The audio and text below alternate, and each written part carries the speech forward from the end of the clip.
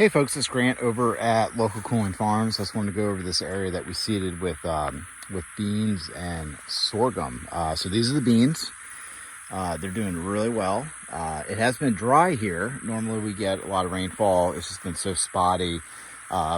We have not just been getting it, but we've got really good bean germination. The bean plants are really good. Of course, we've got good forage grasses coming up as well. And then we have the sorghum coming up as well on the spot. So you can kind of see the sorghum right there. It's popping up. It's throughout the area. That's what we were looking for. What we did in this area was that we had grazed it with the cattle. We had grazed it with the goats. We came in and we mowed it, we clipped it, we bush hogged it, all the same thing, different terminology. And then we came and we just broadcast seeded it. We didn't rake it in or use a drag harrow or anything like that. And so this is awesome. The cattle are going to be back in here in about 3 weeks. And so you can imagine what this is going to look like in 3 weeks. I mean, it's almost belly high to them right now. It's about knee high on me right now. And so it's definitely going to be a very productive grazing area for sure. This is just a small area. We've got a hedgerow right here. We got a hedgerow right here. This is actually one of our areas where we put our whitetail food plot in. So we are going to start prepping this thing to do a food plot this year again. And the food plots just keep getting better and better. We got a lot of weeds in here, but that's okay because the goats are going to eat the most of it. The one plant in here that just is not eaten is pepper vine. It's a native vine. This is the time of year where it really just cranks. It's a cool little spider right there. And the cattle don't eat it. The goats don't eat it. So this is actually one of the plants on why we clip. In order to get rid of this and spray it with a herbicide, we're going to be getting rid of all of our other broadleaf forbs / weeds, which our goats eat. That is like their diet. That is like a big part of what the goats eat. Oh, and I just noticed this while we're talking.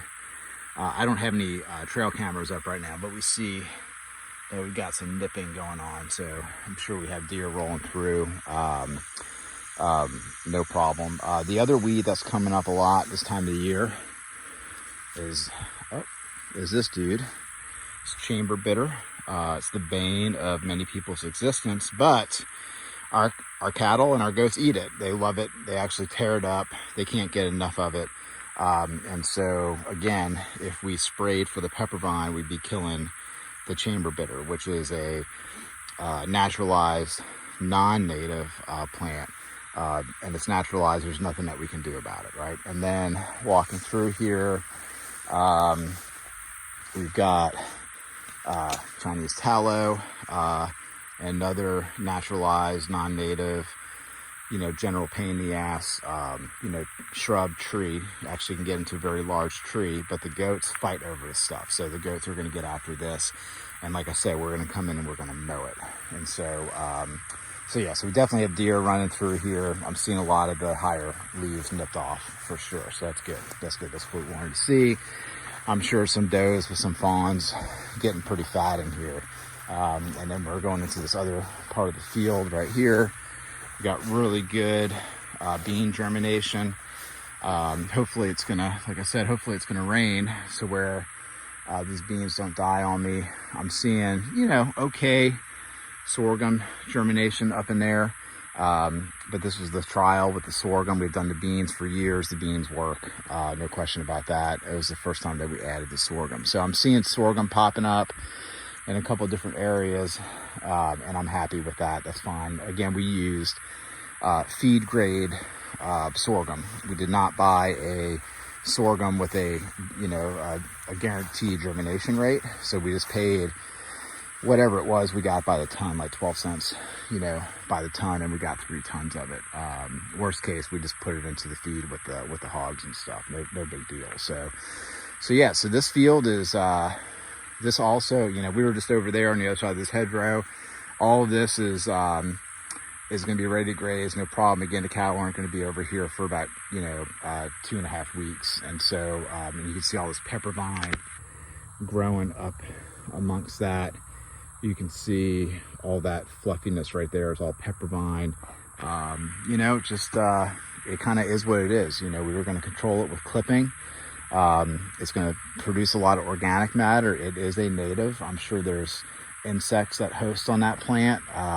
But if we sprayed it, we're just kind of screwing ourselves. Not only do we have the cost of the herbicide, the cost of the labor and the equipment to distribute out the herbicide, but then it's going to kill off so many of our forbs, which is a huge part of our grazing program here. The cattle and the goats eat them, and the stuff that the cattle don't eat, the goats eat, and the stuff like the pepper vine, which is pretty rare that nothing eats, the mower's going to eat it. So we're good to go. So yeah, all right. Well, it's been a while since I filmed back over here. Last time I filmed was when we had seeded out last. And so if you have any comments, questions, or anything, just give me a holler.